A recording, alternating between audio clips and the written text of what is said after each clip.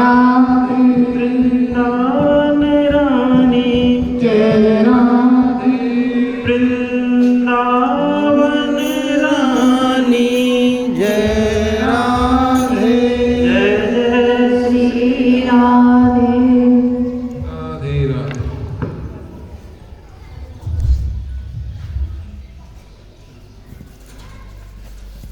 वसुदेव सुतं देवं कंस चाणूरमर्दनं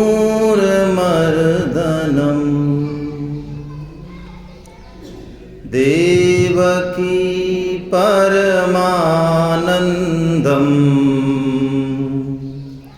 कृष्णं वन्दे जगद्गुरु। आप सभी वैष्णव जनों के चरणों में दंडवत प्रणाम। बहुत भाग्यशाली हैं हम लोग, इस महातीर्थ पावन धरा गोधाम पथमेड़ा की पुण्य धरा पर 2 दिन उपस्थित होने का हमें सौभाग्य मिला। परम श्रद्धेय महाराज जी के सानिध्य में हम 2 दिन यहाँ रहेंगे, ये बहुत सौभाग्य की बात है। और इस पर भी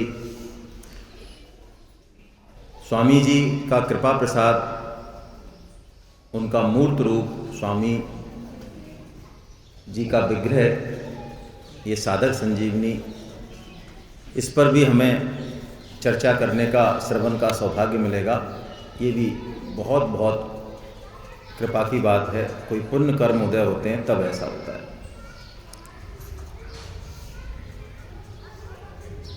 स्वामी जी महाराज के दर्शन का लाभ मुझे मिला है पहले, तो आप सबसे मेरी विनती है, एक तो कोई भी यहाँ पे, ये बहुत वैसा स्थान है पूरा, ये तो सेंटर है बिल्कुल, यहाँ बिल्कुल जूते चप्पल एंटर नहीं होंगे किसी भी कंडीशन में, है ना।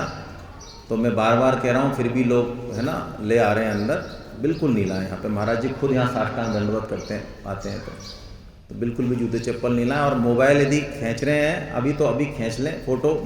महाराज जी आए तो बिल्कुल मोबाइल से, ऐसा नहीं सा हम तो उधर का खींच रहे थे, नहीं, बिल्कुल मोबाइल पे हाथ ही नहीं जाए फ़ोटो खींचने के लिए, है ना। स्वामी जी जैसे बिल्कुल फ़ोटो पे नहीं उनका था, इस तरह से महाराज जी का भी वही बात है। और चरण बिल्कुल नहीं छुएं। महाराज जी जो कहें बात उसका पालन करें, उससे कृपा मिलती है, दौड़ के चरण छूने से कृपा नहीं मिलती है। चलिए, कितने ऐसे साधक हैं जो पहली बार गीता सेमिनार में आए? वाह, इसका मतलब हैं 10-12 लोग तो हैं। चलिए, हमारे लिए सबसे इम्पोर्टेंट आप ही लोग हैं, ये पुराने लोग नहीं हैं।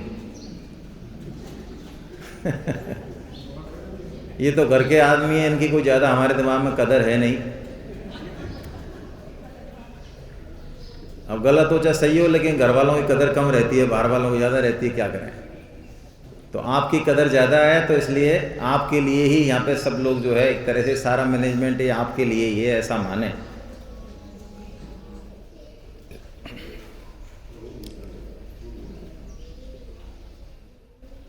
भगवान की कृपा का अनुभव बार बार सुनने पर भी, समझने पर भी हमारे हृदय में उतरता नहीं है, बुद्धि में आता नहीं है। ऐसा नहीं है कि भगवान की कृपा घट नहीं रही है, हर क्षण भगवान की कृपा घट रही है, हर क्षण। जब हमें लगता है कि जीवन में कोई परेशानी है, कोई दुख है, कोई प्रतिकूल परिस्थिति है, तब भी कृपा में कहीं भी कोई कमी है नहीं, हो ही नहीं सकती। पेड़ के पास यदि रसीले फल हैं तो हम उसको चाहे पुचकार के उससे फल मांगें, चाहे पत्थर मार के चाहे फल तोड़ लें, कैसे भी तोड़ लें, पेड़ को फल ही देना है। हमारे पत्थर के बदले पेड़ को पत्थर नहीं बरसाने कि बरसाने। तो भगवान गीता में कहते हैं कि मैं सुहृदय हूं,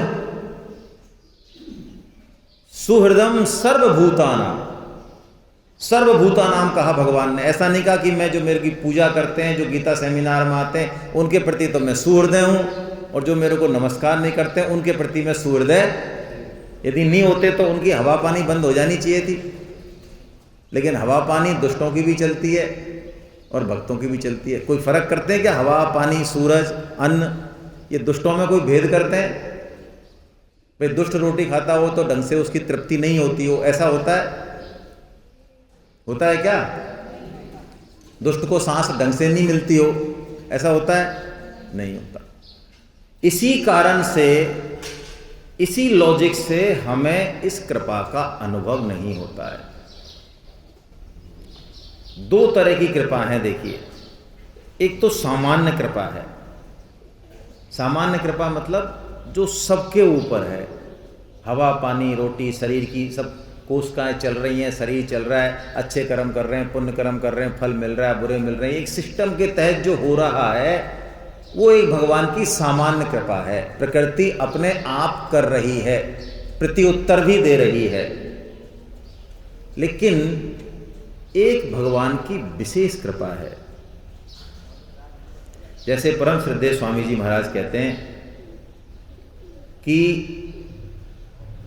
माँ के पास लड्डू हैं और लड्डू लेके माँ बाहर जाए, पैकेट लेके लड्डू का, मिठाई का, किसी का भी, और बाहर बच्चे खेल रहे हैं, उसका बच्चा भी खेल रहा है और 2-3 बच्चे खेल रहे हैं अड़ोस पड़ोस के, तो माँ लड्डू सबको दे देगी या अपने बच्चे को ही दे के आ जाएगी? सबको दे देगी, भाई तुम भी खाओ, बच्चे हैं सभी। और लेकिन यदि माँ को किसी बात पे गुस्सा आए और कोई बात ऐसी दिख जाए घर में कि ये बेटा करके गया और वो बाहर खेल रहा है और 2-3 और भी खेल रहे हैं, तो अब उसको पिटाई करनी है माँ की, उसकी बच्चे की पिटाई करनी है, गुस्सा होगी, ये काम कर गया, ठोकना है उसको अच्छे से। तो किसकी पिटाई करेगी? सबकी करेगी? सबकी करेगी क्या? सबकी नहीं करेगी। किसकी करेगी? अपने की करेगी। अब आप समझिए क्या रहस्य है इसमें। जीवन में जब दुख आए, कोई प्रतिकूल परिस्थिति आए, इसका मतलब भगवान की विशेष कृपा हो रही है हमारे ऊपर। अब इसको आप उल्टी बात मत मानना, यहां उल्टी बात कोई कह भी नहीं सकता इस पुण्य भूमि पर। यदि हम भगवान की भक्ति इसलिए करते हैं कि हमारा परिवार बहुत अच्छे से चलता रहे, फैक्ट्री बढ़िया चलती रहे, मान इज्जत मिलती रहे, सब खूब धन संपत्ति रहे, हमारी मना नहीं है इसकी, होने चाहिए, लेकिन इसलिए भक्ति कर रहे हो और ये मिल रहे हो भक्ति करने के बाद, तो हम समझ रहे हो भगवान की बहुत अच्छी कृपा है हमारे ऊपर, तो हम बहुत बड़ी गलत फहमी में हैं। ये भक्ति का बहुत ही निकृष्ट फल है। ये कपट भक्ति है, ये भक्ति है ही नहीं वस्तुतः।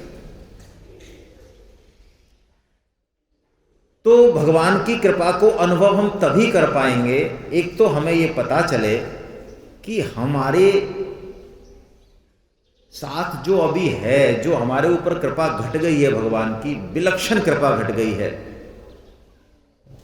उसके मायने क्या हैं, वो कृपा है क्या, कोई हमें बताए तब हमें पता चलेगा थोड़ा बहुत। कई बार क्या होता है, जैसे गौरव जी अग्रवाल साहब हैं, अब ये बहुत बड़े सीए हैं, कंप्यूटर के मास्टर हैं, अब लेकिन ये धोती पहन के बैठे हैं यहाँ, तो मैं इनको समझ सकता हूँ, ठीक है कोई ऐसे ही होंगे, और ये मान लो टेबल कुर्सी भी उठवा रहे हैं हमारे साथ, तो फिर तो मैं बिल्कुल ही समझ लूँगा कि ये कोई यहाँ के कोई होंगे कार्यकर्ता, ठीक है, ज़्यादा ज़्यादा इनको पैसे दे देंगे 150 रुपये।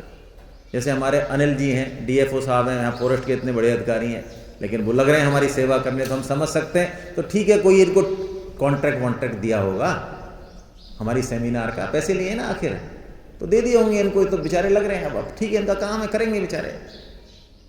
लेकिन कोई हमें बताए कि नहीं ये तो ऐसे हैं, ये जो हमें भोजन के लिए पूछ रहे हैं, हमारी ठोड़ी सहला रहे हैं अनिल अग्रवाल साहब, ये बहुत बड़े बिजनेसमैन हैं, जयपुर में इनकी कई सारी फैक्ट्रियां हैं, कई सारे इनके मल्टी स्टोरी वो हैं, तो हमें पता चलेगा अच्छा ये ऐसे हैं क्या,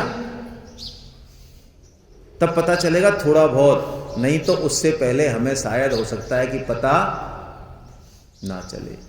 यही कारण है कि हमको भगवान ने जो दिया अपार कृपा करके, उसकी भी हमको कद्र नहीं है, क्योंकि हमें पता ही नहीं है कि हमें क्या स्पेशल मिल गया। हम तो ये समझ रहे हैं जैसे सबको है ऐसे, ठीक है हमारा, और बल्कि हमारे जीवन में दुख ज़्यादा है, क्या दिया भगवान ने। जबकि तुलसीदास जी कहते हैं कि मनुष्य जन्म बड़ा दुर्लभ है। कब हुक करी करुणा नर देही, देत ईस बिनु हेतु सनेही। देत ईस बिनु हेतु सनेही, क्या मतलब? मनुष्य जन्म भगवान ने, जिनका स्वभाव है कृपा करना, जो करुणा वत्सल हैं ही, उन्होंने भी कृपा करके, स्वामी जी कह रहे हैं डबल कृपा हो गई। कब हुक 84 लाख योनियों में से सिस्टम से या कृपा करके बीच में से तोड़ के, कब हुक कर करुणा नर देही, और उन्होंने दिया ये नर तन, जिसकी विलक्षणता हम देखेंगे अभी। वो कह रहे हैं बिनु हेतु सनेही, क्या मतलब? यानी बिना किसी हेतु के स्नेह करने वाले उन भगवान ने, बिना हेतु के हम स्नेह करने वाले कोई हम में से है क्या? या हम सोच भी सकते हैं कि कोई हमारे बिना हेतु के भी हम स्नेह कर सकते हैं? हेतु मतलब स्वार्थ। भाई हमारा जो स्नेह है, अभी हमारा जो प्रेम है, प्रेम तो कह ही नहीं सकते उसको, लेकिन प्रेम ही कहते हैं, चलिए लौकिक प्रेम, तो उसके पीछे कोई स्वार्थ संबंध है या वो बिना हेतु के है? आप तो बोल ही नहीं रहे, पता नहीं कैसे नाश्ता ज्यादा करे है, कैसे हैं? मोट का हलवा ज्यादा खिंचाई थी क्यों आप? अब यहाँ पे तो देखो प्रण कर रखा है लोगों ने, यहाँ के जो हैं इनसे ज्यादा सेवा नहीं लेनी है, पाप कमाने नहीं आए हम यहाँ, हमको सेवा करनी है, गौ माता की सेवा, भगवान की सेवा। यहाँ पे जो गौ माता के सेवक है, चाहे वो जो भी है, वो सब प्रणाम करने योग्य हैं। तो ये तो हमको खूब खिलाएंगे पिलाएंगे, लेकिन हम थोड़ा सा संयम रखें भाई, है ना? तो बिना हेतु के हमारा कोई स्वार्थ, कोई संबंध हो सकता है किसी से? नहीं हो सकता। क्यों नहीं हो सकता? हम देख रहे हैं, कोई विशेष बात तो नहीं अनिल जी? तो हमारा जिससे भी अभी प्रेम ज्यादा है, अभी आप देख लें, तिजोरी में पड़े रुपयों से ज्यादा है, पत्नी से ज्यादा है, पुत्र से ज्यादा है, जिससे भी अभी प्रेम है हमारा, तो थोड़ा सा एनालिसिस कर लें कि वो इतना प्रेम उसके प्रति क्यों है। लेकिन भगवान का जो प्रेम है वो बिना शर्त के है ही। हम पूजा करें तो, यहां तक कि मैं तो कहूं हम अपशब्द भी कहें तो। रामकृष्ण परमहंस जी के एक बहुत उद्घट शिष्य हुए हैं गिरीश घोष, सब भगवान के अंश हैं, लेकिन भगवान लीला करते हैं पता नहीं किन किन रूपों में। तो ऐसा कोई ऐब नहीं, ऐसा कोई दोष नहीं जो गिरीश घोष जी में नहीं हो। जितना भी हम ऐब कर सकते हैं या इस संसार में जितने पाप कमा सकते हैं, वो सब काम वो करते थे। यहाँ तक कि किसी ने उनसे कहा कि ये भगवान है, इनकी इज्जत करनी चाहिए। दारू के नशे में थे, रात को आए तो कहते हैं भगवान शिव के विग्रह पर, शिवलिंग पे उन्होंने बाथरूम कर दिया।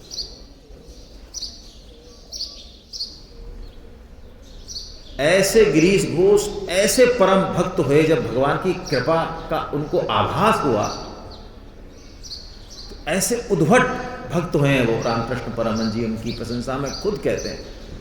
लेकिन कब हुआ ये? जब उनको पता चला कि भगवान की कितनी कृपा है, इतना बड़ा घृणित काम करने पर भी भगवान की कृपा में रंच मात्र भी फर्क नहीं पड़ा, उनकी कृपा मेरे ऊपर एज इट इज रही।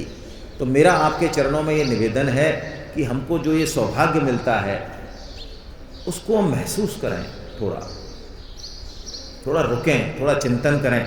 ठीक है, कोई कमी है व्यवस्था में, आवश्यकता में, तो ठीक है उसका भी मैनेजमेंट कर लें, लेकिन आवश्यकता की पूर्ति होती है, बाकी चीज़ों की पूर्ति नहीं होती है।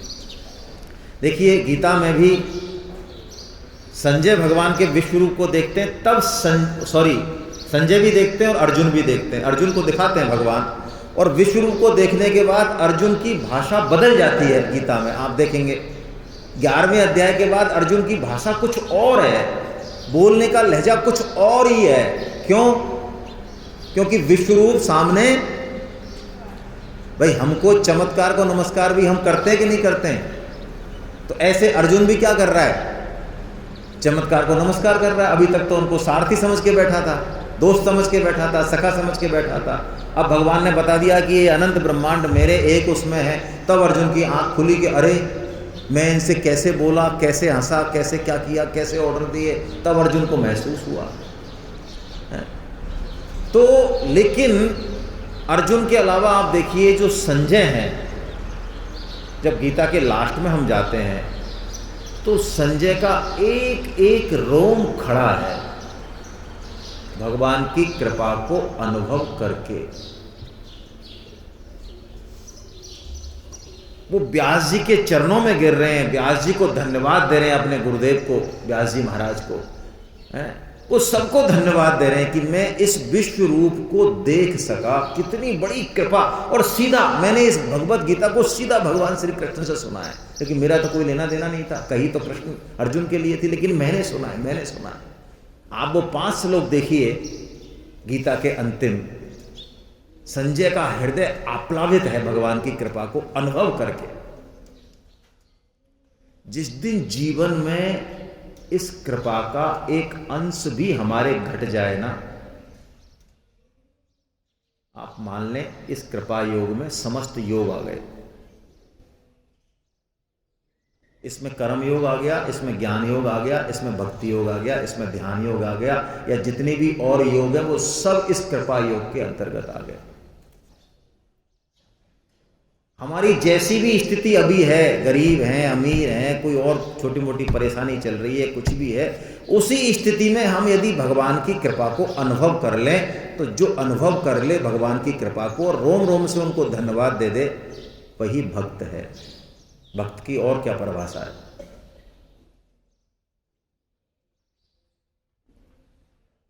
तो भगवान की पहली कृपा, सबसे बड़ी कृपा कि हमको मनुष्य जन्म दिया। मनुष्य जन्म कर्मों के आधार पर मिलता है, ऐसा कहने वाले पूरा सच नहीं कह रहे हैं। आपने सुनी होगी ये बात कि मनुष्य योनि में आए तो अच्छे कर्म किए होंगे, अच्छे कर्मों के दम पे हम मनुष्य योनि प्राप्त कर लेंगे, ऐसा नहीं समझें। तुलसीदास जी बहुत स्पष्ट कह रहे हैं कि मनुष्य जन्म तो भगवान की कृपा के कारण ही मिलता है। तो इस मनुष्य जन्म में ऐसी क्या खास बात है कि इसके बारे में इतना शास्त्रों में गाया गया है? क्या वास्तव में ये बात सही है? बड़े भाग मानुष तन पावा, सुर दुर्लभ सब ग्रंथ गावा। देवराज इंद्र जब मनुष्य लोक में देखते हैं, पृथ्वी लोक में देखते हैं, श्रीमद् भागवतम में श्लोक आया, तो वो इतनी प्रशंसा करते हैं, हमको जो मिला है उसकी हमारी निगाह नहीं जा रही। हमें तो लग रहा है कि देवराज इंद्र के पास धन है, अप्सराएं हैं, भोग ऐश्वर्य है, हमें इसका एक हिस्सा मिल जाए। हम तो इसके लिए प्रयत्न कर रहे हैं, पुण्य कर्म कर रहे हैं, दुनिया भर के शुभ कर्म कर रहे हैं। और देवराज इंद्र जो इन सबके मालिक हैं वो कह रहे हैं, अहो अमीशाम किम कारी शोभनम। वो कहते हैं श्री हरि यानी भगवान, क्या इन पृथ्वी लोक के मनुष्यों पर क्या उनकी कृपा का कोई बादल फट गया है? क्यों भाई ऐसा क्या हो गया? आप ऐसा कैसे कह रहे हैं? वो कह रहे हैं कलयुग में, भारतवर्ष में, और इनको मनुष्य योनि मिल गई, इसका मतलब भगवान ने कोई विशेष विशेष कृपा इन पर कर दी। ये इस मनुष्य योनि को, इस दुर्लभ अवसर को प्राप्त करके मुकुंद सेवोपेतम स्पृहाहीन, वो कहते हैं लास्ट में, ये मुकुंद की यानी भगवान की सेवा कर सकते हैं। वाह क्या बात है।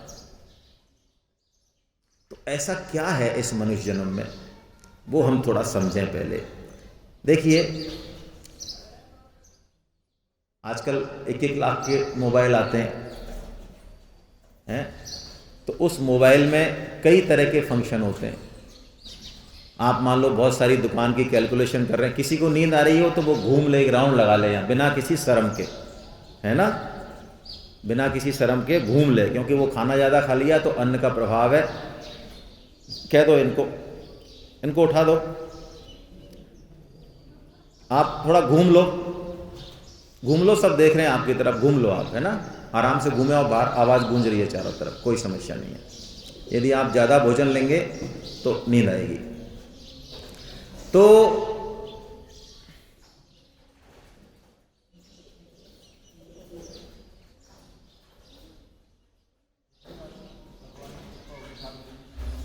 हाँ, 3 कृपा एक साथ घट गई हमारे ऊपर, लेकिन हमें इनके बारे में पता नहीं है।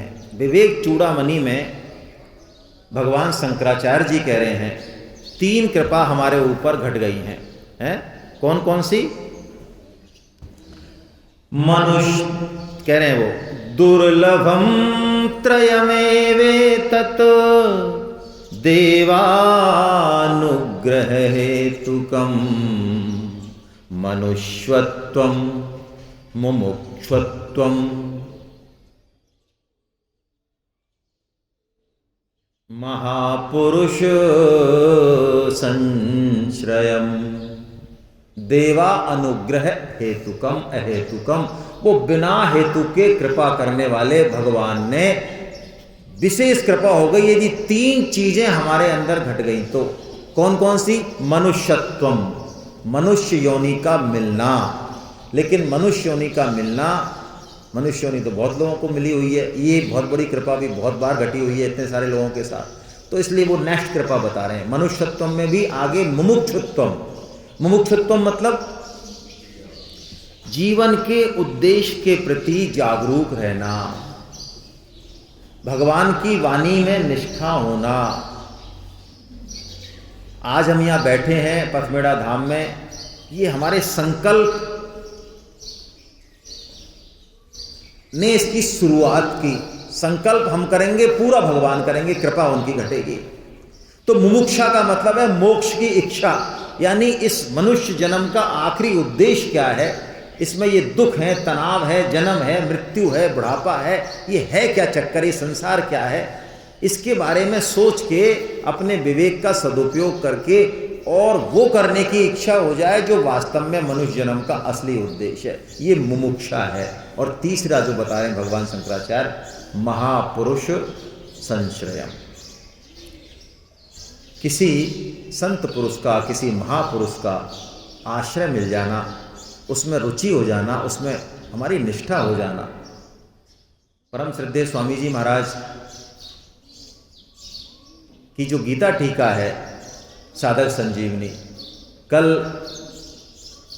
मेरे को एक साधक कह रहे थे, नाम तो बताने से फायदा नहीं है, और ऐसा वो ही नहीं कह रहे थे, ऐसा पहले भी मैंने कई बार सुना है, लेकिन जब मैं सुनता हूँ तो अंदर से बड़ा रोमांच हो जाता है, क्योंकि अलग अलग लोग कहें, अपने अनुभव सही रूप में कहें तो बड़ा अच्छा लगता है।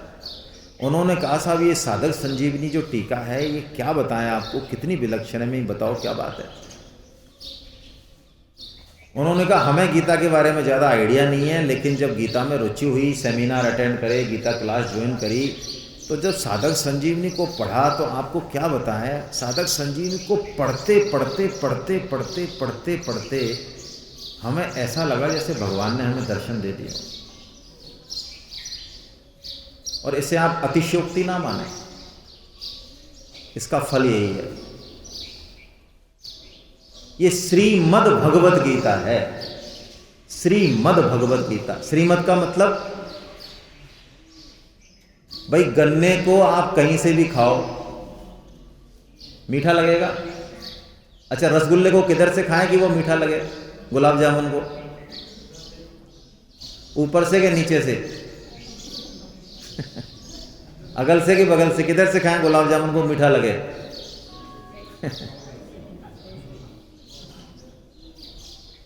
तो श्रीमद् भगवत गीता को कहीं से भी पकड़े हम, कहीं से भी शरण लें इसकी, कहीं से भी कैसे भी,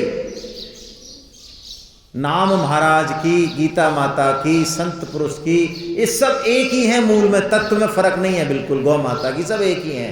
एक में निष्ठा होगी, बाकी सब मिल जाएंगे।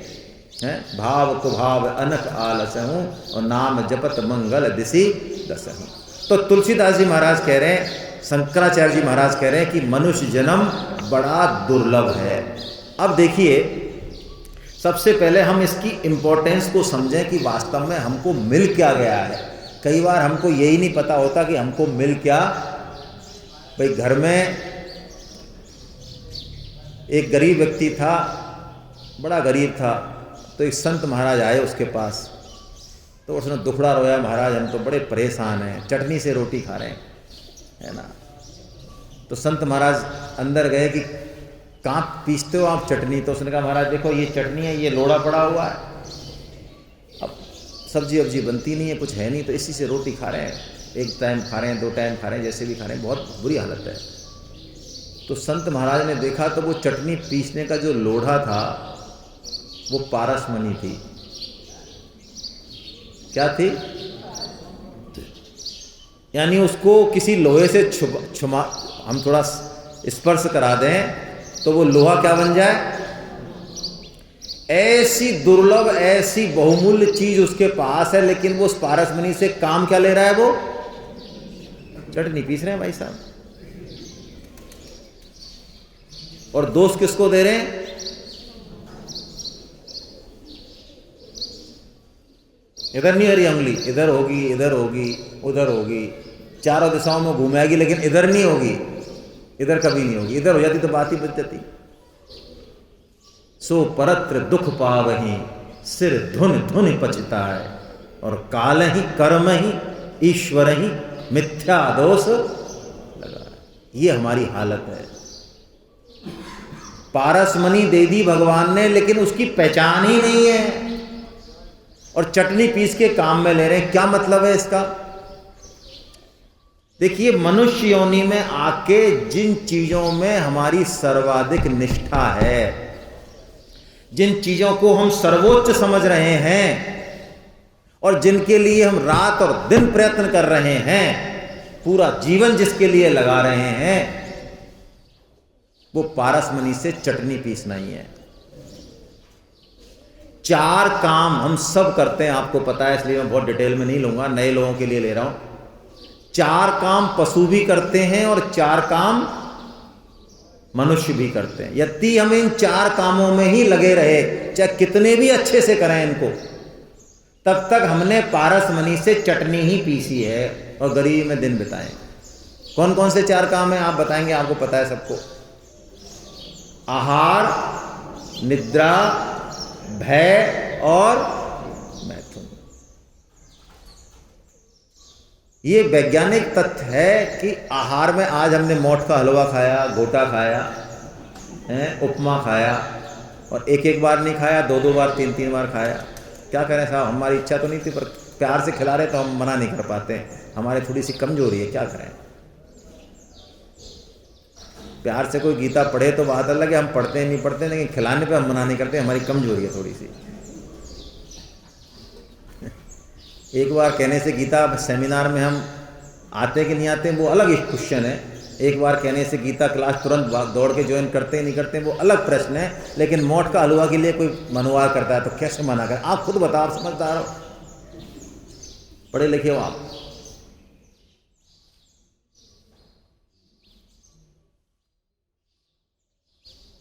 तो कहाँ बात चल रही थी, मैं भूल गया। ये समस्या है आहार। तो आहार में ये वैज्ञानिक तथ्य है कि हम कुछ भी खा लें अच्छे से अच्छा, उसमें जो आनंद का स्तर है, और पशु जो उनका आहार है, चाहे घृणित से घृणित आहार है, कुत्ते का, सूअर का, पक्षियों का, कोई कुछ भी खा रहा है, कीड़े मकोड़े कुछ भी खा रहे हैं, उन सब का जो अपने आहार में जो आनंद है, सुख है, तृप्ति है, उसका लेवल और मनुष्य के बढ़िया से बढ़िया आहार का लेवल वो क्या है? बराबर है। और बल्कि सही पूछा जाए तो बराबर भी नहीं है, उनका ज़्यादा है, हमारा कम है। आप कहेंगे हैं? हाँ, देखिए मैं आपको बता दूंगा, आप महसूस कर लेंगे इस चीज़ को। जब आपका अध्यात्म में रुझान बढ़ेगा, यानी आप इस शरीर के स्तर से थोड़ा उठेंगे, इंद्रियों के स्तर से, शरीर के स्तर से थोड़ा उठेंगे, मन के लेवल पे, बुद्धि के लेवल पे, और ऊंचे उठेंगे आध्यात्मिक लेवल पे, तो आपकी आहार में रुचि और स्वाद कम हो जाएगा या खत्म हो जाएगा? अरे हाँ या ना? खत्म हो जाएगा। फिर आप कहते हो कि क्या साहब कैसी बनी है? अरे ठीक बनी है, बढ़िया है, कितने प्रेम से बना ले कोई आपके लिए सब जो है। फिर जब वो खाने बैठे तो बताएं कि इसमें तो नमक कम है, कि होगा तो हमारे लिए तो बढ़िया ही है। एक तो ये स्थिति आ जाती है, एक ये स्थिति होती है कि नमक कम होने पर महाभारत भी हो सकती है, वो स्थिति भी अलग है, वो इंद्रिय की स्थिति है, ये इंद्रिय अलग स्थिति। तो यानी आहार में इंटरेस्ट, रुचि, स्वाद कब बढ़ेगा? जब हमारा लेवल पशुता के स्तर पे आता जाएगा तब बढ़ेगा, और ऊपर जाएंगे तो कम होगा। तो आहार में कौन ज्यादा आनंद ले रहा है, हम या पशु? पशु ले रहे हैं। निद्रा सबकी बराबर है।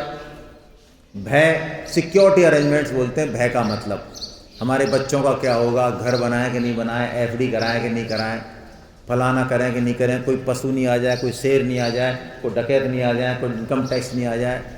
ऐसे जो हम ये अरेंजमेंट करते हैं ना, विभिन्न तरह के भयों से बचने के लिए करते हैं ना, ऐसे अरेंजमेंट पशु भी करते हैं। तो यहाँ भी हम और वो बराबर ही हैं, और मैथुन में भी बराबर हैं, बल्कि बराबर का इसमें भी हम घटिया हैं उनसे। क्योंकि आप देखते हैं कोई भी, ये बड़ी क्या बताएं, क्या कहें आप, बड़ी विलक्षण बात है ये, और इस पे भी थोड़ी चर्चा करते हैं कि क्यों है ऐसी बात। कोई भी पशु या पक्षी, उसकी जो प्रकृति ने जो पीरियड निर्धारित किया हुआ है, उसके अलावा वो यौन एक्टिविटी में इन्वॉल्व नहीं होता। यदि 12 महीने से 2 महीने फिक्स है, 1 महीने फिक्स है, वो समय फिक्स है या जो भी फिक्स है, तो बस उसी में ही उसका सिस्टम है, बाकी में नहीं है। अच्छा, अपनी जाति को देख के ही वो बिकारी होगा पशु, इधर उधर से देख के बिकारी नहीं होगा। गाय, भैंस, ये सब सिंह है ना, गीदड़, भेड़, जो भी हैं, वो अपने अपनी जाति को देख के बिकारी होंगे, बाकी दूसरे को देख के बिकारी नहीं होंगे। लेकिन मनुष्य का मामला बड़ा खतरनाक है। जो एक पर्टिकुलर टाइम के लिए जो बताया भगवान ने, है ना, कामो वृद्धो भूतेषु कामो, है ना, धर्मो वृद्धो भूतेषु कामो अस्मि भरतर्षभ, ऐसा भगवान ने कहा। जिस काम को भगवान ने अपना रूप बताया, जो धर्म के अविरुद्ध है, तो वो काम विकृत रूप में हमारे मन मस्तिष्क में घुसा हुआ है 24 घंटे। तो इन 4 कामों में जब तक हम लगे हुए हैं, तब तक हम किसी भी मायने में पशुओं से बेहतर नहीं है। तो कठोपनिषद में इस मनुष्य शरीर के सदुपयोग करने के लिए एक बहुत अच्छा रूपक दिया। ऐसा रूपक गीता में भी दिया, लेकिन कठोपनिषद में बताया कि ये शरीर क्या है और हम कौन हैं, इस शरीर से हमारा क्या संबंध है, वो एक ही श्लोक में बहुत अच्छे से बताया। वो श्लोक कहता है कि ये शरीर एक रथ है। तो रथ क्या करता है? रथ यात्रा को पूरा करा देगा, किसी गंतव्य स्थल तक हमको पहुंचा देगा। जैसे ट्रेन में हम जयपुर से बैठे तो आबू रोड उतर गए, पैदल थोड़ी आ सकते थे, तो काम की हुई ना ट्रेन। ऐसे ही ये शरीर भी बहुत काम का है, लेकिन किस लिए काम का है? उस उद्देश्य की पूर्ति के लिए, उस गंतव्य स्थल तक पहुंचाने के लिए काम का है। और यदि उस गंतव्य स्थल तक पहुंचाने का हमने नहीं सोचा, उस बारे में विचार नहीं किया, तो ये है तो रथ, फिर ये इतनी तेजी से नेगेटिव डायरेक्शन में भी दौड़ देगा और फिर हमारा घोर से घोर पतन करा देगा। तो क्या बताया इस रथ के बारे में कि ये मनुष्य शरीर एक रथ है, जिसमें घोड़े कौन बताए?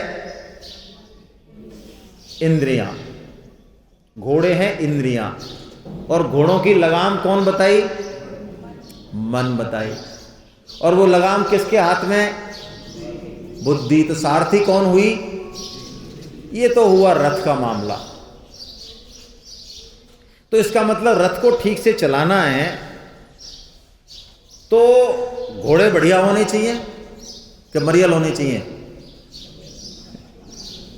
हाँ, तो शरीर तो जड़ है, तो शरीर को तो ना तो खिलाओ, ना पिलाओ, ना नहलाओ, कुआम जाने दो इसको। तो ऐसा भाई, ये शरीर भगवान का मंदिर है या नहीं है? तो अच्छे से खिलाना भी है, अच्छे से पिलाना भी है, व्यायाम भी करना है, इसको फिट रखना है। हमारे वेदों में आया 100 साल जिए हम, पहले क्यों मरे, है ना। तो अच्छे से 100 साल कोई रोते काटते मरते पीटते नहीं जिए। 100 साल का मतलब है पूरी तरह से अपने उस पर जिए एकदम। तो उसके लिए इंद्रियां यानी हमारा शरीर और वो सिस्टम अच्छा होना चाहिए। लेकिन इंद्रियों का राजा कौन है? मन है।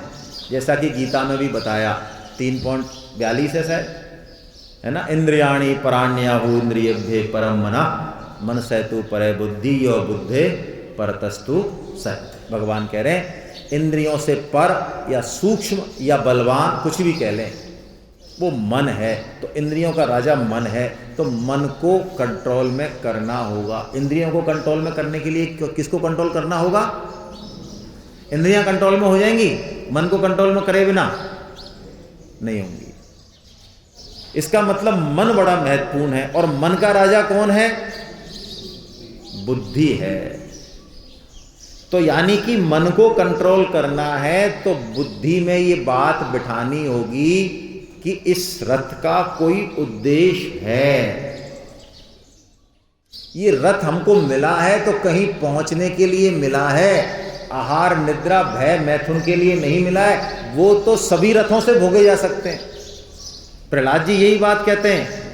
बहुत प्यारा उपदेश है भक्त प्रहलाद जी का अपने बच्चों को, बहुत प्यारा उपदेश है। कौमारेत आचरेत प्राज्ञो, है ना। सुखमेंद्रिक्यम दैत्ता देहिनम देहि योगी नाम। वो कहते हैं हे पिताश्री, हे राजन, ये जो इंद्रियों के भोग हैं आहार निद्रा भय मैथुन, ये तो हर योनि में अपने आप उपलब्ध है, प्रचुरता से उपलब्ध है। कोई रोकने टोकने वाला नहीं, कोई विधि निषेध नहीं। ये मनुष्य जन्म इसके लिए नहीं मिला हमको, ऐसा प्रहलाद जी कह रहे हैं। इसलिए वो कहते हैं बचपन से ही, बुढ़ापे की प्रतीक्षा नहीं, कौमारेत आचरित प्राज्ञो, ऐसा कहते हैं प्रहलाद जी। बचपन से ही हमको इस टारगेट की पूर्ति में लग जाना चाहिए, है ना। विक्षेपित नहीं हो। मन को थोड़ा सा कंट्रोल करने की बात हो रही है। कुछ भी चलता रहे, कहाँ इधर उधर ध्यान ले जाते हो तुरंत। देखो कितना मामला हमारा कमजोर है, बिल्कुल कोई संयम कोई अनुशासन है ही नहीं मानो।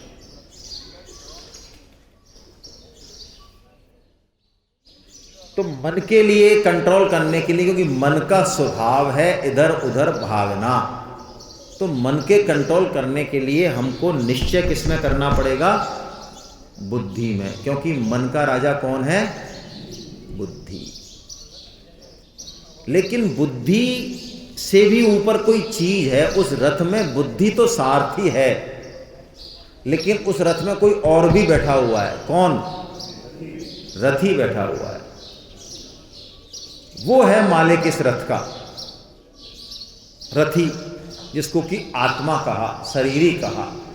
तो निश्चय बुद्धि में होगा, ये बात तो ठीक है, लेकिन वो निश्चय वास्तव में स्वयं में होगा। यदि स्वयं में निश्चय नहीं हुआ तो फिर बुद्धि का निश्चय टिकेगा नहीं।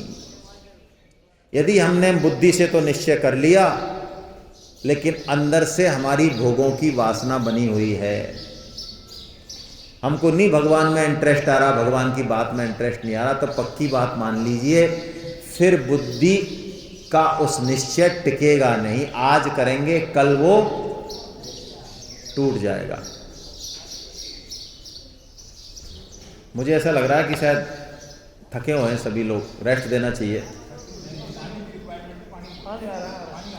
अच्छा, नहीं ऐसी बात हो तो हम पोस्टपोन करें, थोड़ा सा घंटे आध घंटे बाद मिलें, 2 घंटे बाद। आप बताएं, पूरी एनर्जी होनी चाहिए। अपन कोई फॉर्मेलिटी करने के लिए नहीं बैठे हैं यहाँ।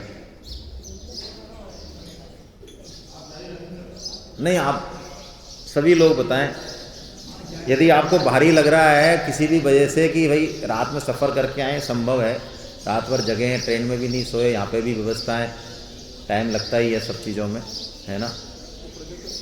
प्रोजेक्टर नहीं चलेगा, मैं आपके पीछे रख देता हूँ, आप ढंग से साफ दिखोगे। आ रहा है प्रोजेक्टर, आ रहा है। नहीं नहीं मत रखो, आ रहा है प्रोजेक्टर। चालू करो सर, कोई दिक्कत नहीं। चलिए तो ठीक है। तो हमको सबको ये निश्चय करना पड़ेगा स्वयं में। ये निश्चय बहुत इम्पोर्टेंट है। आप में से कितने लोग ऐसे हैं जो कल अलार्म लगा के सोए थे कि आबू रोड पे हमको 1:45 पे ट्रेन पहुंचेगी, तो 1:30 बजे का अलार्म भर लिया हमने। लेकिन ऐसे कितने लोग हैं जो अलार्म बजने से पहले ही जग गए। अब देखो आप कितने सारे लोग हैं ये। हाँ, सोए नहीं वो तो छोड़ो, वो तो चलो ध्यानी लोग हैं। जो सो लिए लेकिन उनकी नींद अलार्म से भी बिल्कुल ठीक पहले खुल गई, जबकि रोजाना 1:30 बजे जगने का आपको अभ्यास तो है नहीं कि है नहीं है। तो मैं पूछता हूं आपको जगाया किसने?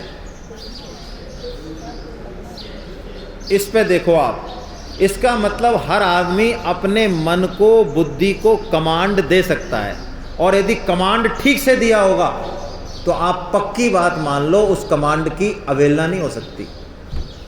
अवहेलना नहीं हो सकती यदि ठीक से दिया हो तो।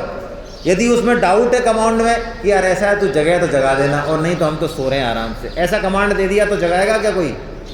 फिर नहीं। उसको कमांड ऐसा दिया कि नहीं जगाना है, नहीं तो वहाँ पहुँच जाएंगे आगे अहमदाबाद, तो वो जगा देगा आपको।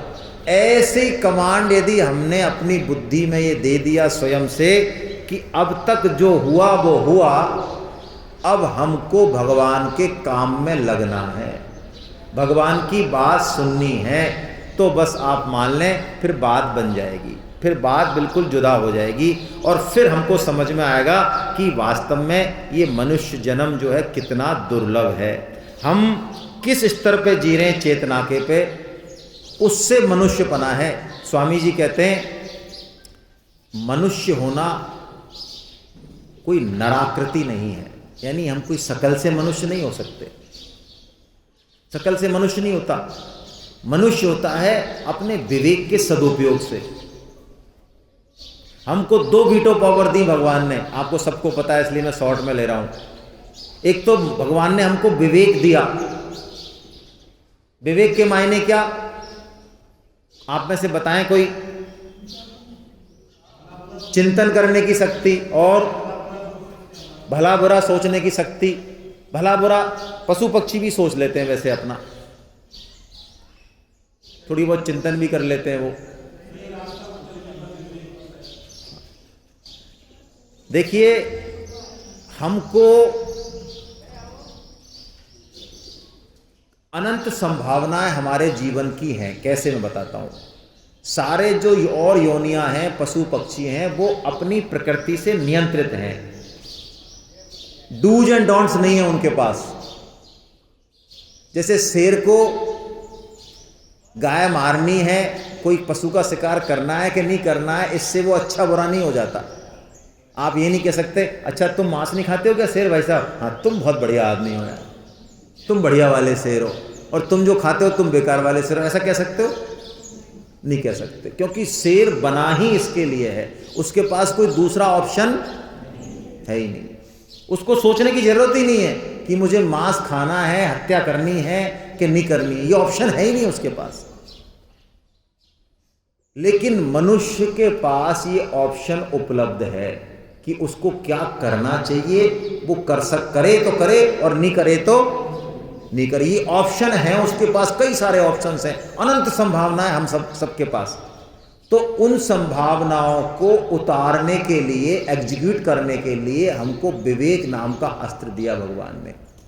हमको पता है कि हमको क्या करना चाहिए, क्या नहीं करना। हम उसको काम में नहीं लें, उसको बंद कर दें विवेक को, वो अलग बात है कि तू सो जा, तेरी जरूरत नहीं है, हम तो नरकों में ही जाएंगे और उल्टे सीधे काम करेंगे, वो अलग बात है। वो ऑप्शन भी हमारे पास है। तो विवेक का सदुपयोग कोई करे कि मेरी जिंदगी बीत चली, पता नहीं कितने उम्र हैं, अभी भी मैं इसी झंझट में पड़ा रहूँगा या मुझे कुछ करना है आगे। ऐसे बहुत कम लोग होते हैं, शायद 100 में से कोई 1-2, जो रिटायरमेंट के बाद अपने बच्चों से ये कहने की हिम्मत करते हैं कि तुमने ये ज़्यादा मेरे को तंग किया ना। क्योंकि बच्चे तो क्या है, हमारे प्यारे बच्चे हैं, और वो प्यार किस पर टिका हुआ है? स्वार्थ पर टिका हुआ है। तो हमको तो मकान बनाना आता नहीं पिताश्री, अब आप ही बनवा दीजिए, मिस्त्री आए ये काम कर दीजिए वो कर दीजिए, आप रिटायर ही तो हो। तो उनको चक्री पे चढ़ा देते हैं, और हम चूँकि प्रेमी हैं बच्चों के तो हम चक्री पे चढ़े रहते हैं। और जब वो हमारे अनुसार काम नहीं करते, बाद में जब रोते भी हैं और गाली भी देते हैं, वो सब काम कर लेते, सारे नाटक कर लेते हैं। लेकिन कोई 100 में से एक हो जो कह देते हैं बच्चों को, खबरदार अब इस लिमिट से आगे मत बढ़ना, मैं अपनी ड्यूटी कर रहा हूँ जितनी कर रहा हूँ, बाकी मेरा जो असली टारगेट है मैं अब वो काम कर रहा हूँ जो तेरे को फालतू लग रहा है। तेरे को मकान बनवाना, जो करना है वो तू कर तेरे हिसाब से, मैं तेरे को ज़िंदगी दे दी पूरी, अब मेरी जी ली। ऐसा हिम्मत से कहने वाले बहुत कम मिलेंगे। उसी ममता की बेड़ी में जकड़ मकड़ जब तक मानी पहुंच जाए शमशान में, जब तक। ये विवेक का सदुपयोग है।